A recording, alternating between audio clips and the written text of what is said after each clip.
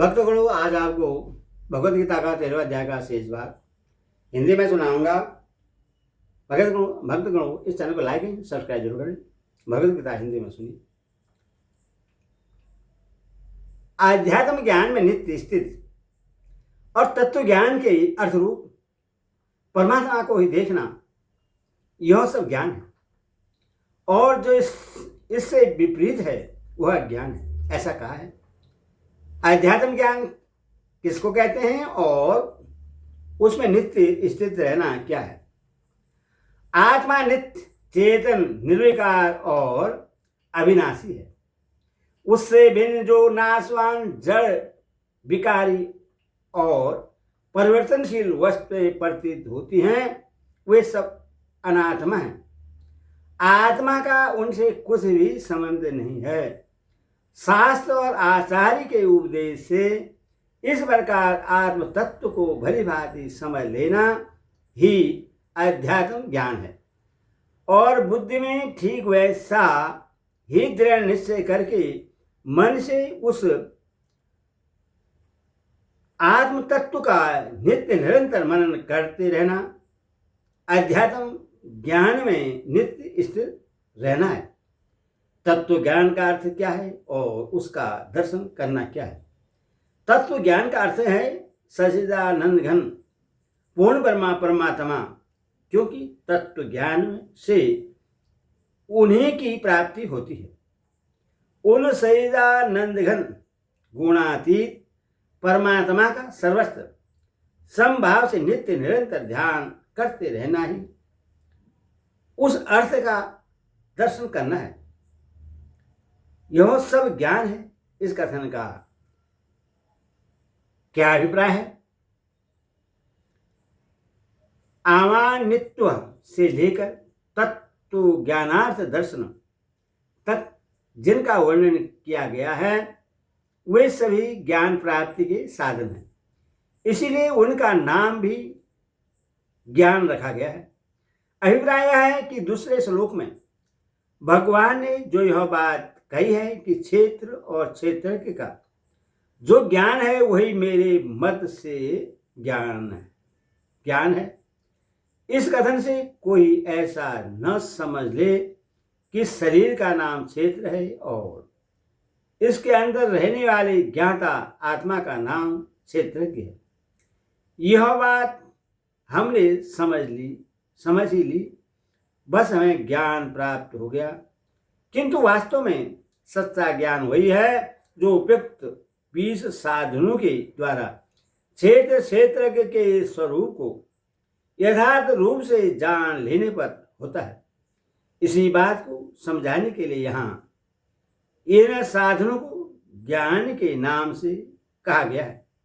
अतः ज्ञानी में उपयुक्त गुणों का समावेश पहले से होना आवश्यक है, परंतु यह आवश्यक नहीं है कि ये सभी गुण सभी साधकों में एक ही समय में हो। अवश्य ही इनमें जो अमानित्व, अद्वैतत्व आदि बहुत से सबके उपयोगी गुण हैं, वे तो सब में रहते ही हैं। इनके अतिरिक्त अभिविचारिणी भक्ति, एकांत देश सेवितम, अध्यात्म ज्ञान नित्यत्वम, तत्व ज्ञानार्थ दर्शन इत्यादि में अपनी अपनी साधन शैली के अनुसार विकल्प भी हो सकता है। जो इसके विपरीत है वह अज्ञान है। इस कथन का क्या अभिप्राय है? इस कथन से यह भाव दिखलाया गया है कि उपयुक्त आवानित्वादि गुणों से विपरीत जो मान बढ़ाई की कामना, दंभ, हिंसा, क्रोध, कपट, कुटिलता, द्रोह, अपवित्रता, अस्थिरता, लुलुपता, आसक्ति, अहंता, ममता, विस्मता, अश्रद्धा और कुसन आदि दोष हैं, वे सभी जन्म मृत्यु के हेतुभूत अज्ञान को बढ़ाने वाले और जीव का पतन करने वाले हैं। इसीलिए ये सब अज्ञानी है।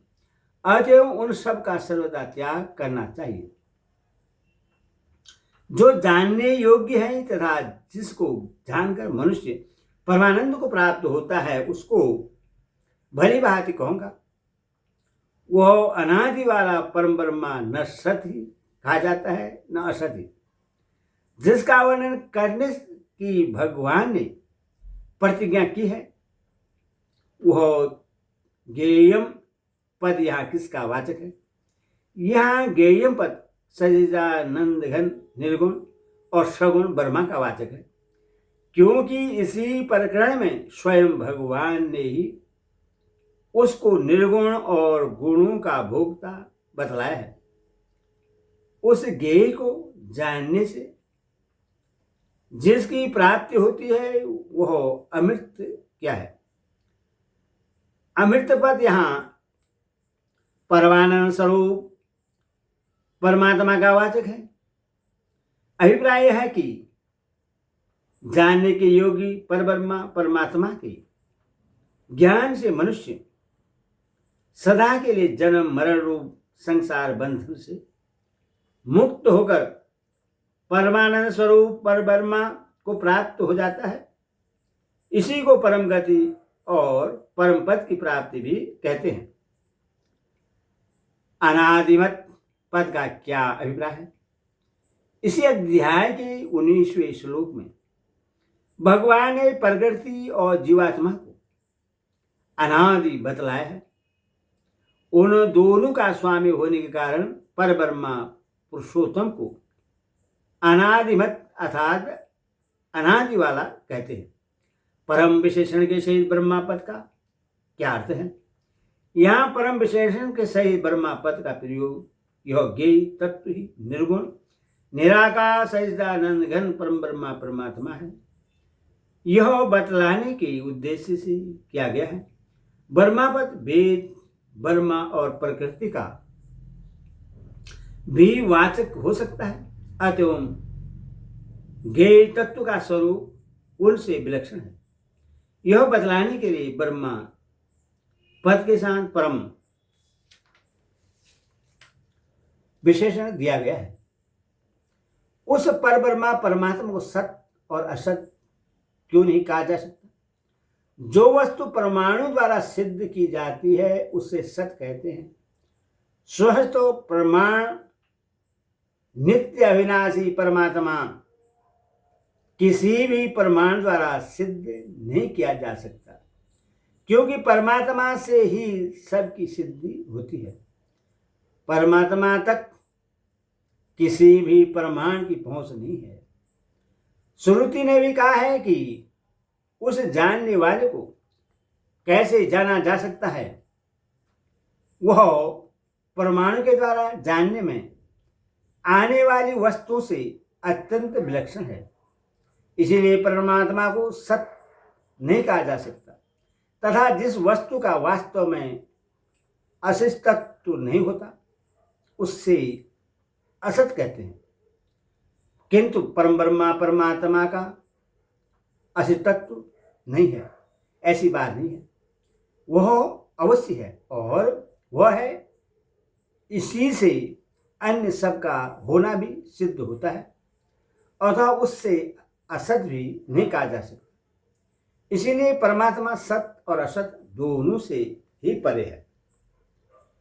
9वें अध्याय के 19वें श्लोक में जो भगवान ने कहा है कि सत भी मैं हूं और असत भी मैं हूं, और यहाँ यह कहते हैं कि उस जानने योग्य परमात्मा को न सत कहा जा सकता है और न असत, अतः इस विरोध का क्या समाधान है? हरि ओम तत्सत। हरि ओम।